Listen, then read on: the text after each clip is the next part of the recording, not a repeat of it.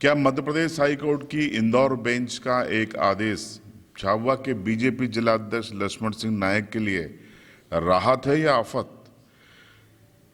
8 फरवरी को ये आदेश इंदौर की एक बेंच ने जारी किया है। जस्टिस विजय कुमार शुक्ला की ओर से ये जारी किया गया है। मेरे पास ये आदेश की कॉपी है और मैं इसको पढ़कर और इसका विश्लेषण आपको करना चाहता हूँ। इसका मैंने हिंदी अनुवाद कर लिया है। याचिका WP रिट पिटीशन नंबर 2485 2022 की है, जिसमें जो पीड़िता अपने आप को बता रही है महिला, उसने ये आरोप लगाए थे कि वो लगातार प्रतिवादी संख्या 4-5 यानी कि बीजेपी के जिलाध्यक्ष लक्ष्मण सिंह नायक और ब्रजभूषण सिंह परिहार बामुनिया के स्थानीय कोई बीजेपी के नेता हैं, उनके विरुद्ध यौन प्रताड़ना की शिकायत कर रही है। लेकिन प्रतिवादी संख्या 3 और 2 यानी कि SP और SDOP और पुलिस ये कार्रवाई नहीं कर रही है, बचा रही है, ये आरोप लगाया गया था। जब ये याचिका पर बहस हुई तो जो शासन के वकील हैं उन्होंने कहा था कि उन्होंने इस याचिका को ही खारिज करने की मांग की।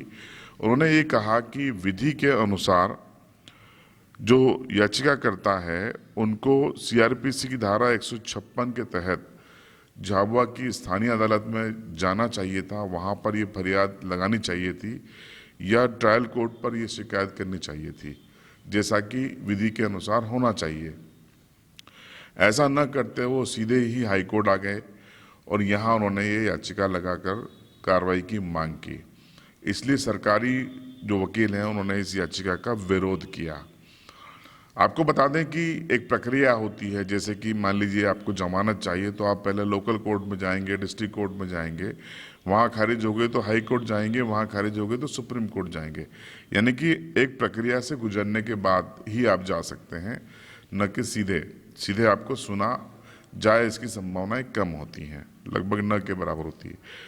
इसी तरीके से अगर आप किसी भी स्थानीय कानूनी फौजदारी प्रकरण में मामले में पुलिस की विवेचना से सहमत नहीं है, पुलिस की कार्रवाई से सहमत नहीं है, तो आप CRPC की धारा 156 के तहत लोकल कोर्ट में जा सकते हैं। तो यहाँ पर ऐसा नहीं किया गया, पीड़िता की ओर से सीधे हाई कोर्ट गए। तो हाई कोर्ट ने कहा है कि जाना चाहिए था, लेकिन चूंकि मामले में आरोप गंभीर प्रकृति के हैं, इसीलिए हाई कोर्ट ने कहा कि पुलिस अधीक्षक एक बार परीक्षण करा लें मामले का, विधि अनुसार परीक्षण करा लें कि मामला सही है गलत है और उसके अनुसार कार्रवाई करें। इस आदेश में कोर्ट ने सीधे तौर पर FIR करने को नहीं कहा है। साथ ही साथ कोर्ट ने ये भी कहा है कि इस न्यायालय ने मामले के गुण दोष पर अपनी कोई भी राय व्यक्त नहीं की है, यानी मामला सही है गलत है क्या है इस पर कोई उन्होंने टिप्पणी नहीं की है। सिर्फ जो आवेदन पेंडिंग है जिसकी जांच SDOP पेटलावत कर रहे हैं उसको विधि अनुसार परीक्षण करने को कहा है। तो मेरे पास जो सूचना है कि SP झाबुआ ने इस आदेश के परिपालन में एक पत्र जारी किया है SDOP पेटलावत को और ये कहा है कि वो इस प्रकरण का विधि पूर्व परीक्षण करें, जांच करें और उसके नतीजों के आधार पर उचित कार्रवाई करें, और यही कहा गया है हाईकोर्ट की ओर से। तो अब इस मामले में गेंद SDOP पेटलावत के पाले में है। अब जांच के पश्चात उनको निर्णय लेना है। आपको बता दें कि ये मामला करीबन 1 साल से ज़्यादा का वक्त हो चुका है, मीडिया की सुर्खी बनता रहा है। गृह मंत्री के सामने से लेकर प्रभारी मंत्री और तमाम प्लेटफॉर्म पर ये जो महिला है वो अपनी आवाज़ उठाती रही है, आरोप लगाती रही है, लेकिन कार्रवाई न होने पर वो हाई कोर्ट चली गई थी।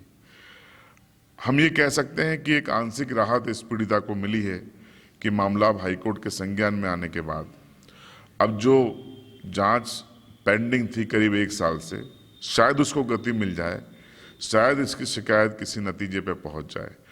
अब वो नतीजा क्या होगा ये विवेचना में जांच अधिकारी को तय करना है, हमको नहीं। अब आपकी राय कमेंट बॉक्स में ज़रूर बताएं। चैनल को अगर आपने सब्सक्राइब नहीं किया है तो सब्सक्राइब करें और बेल आइकन ज़रूर दबाएं।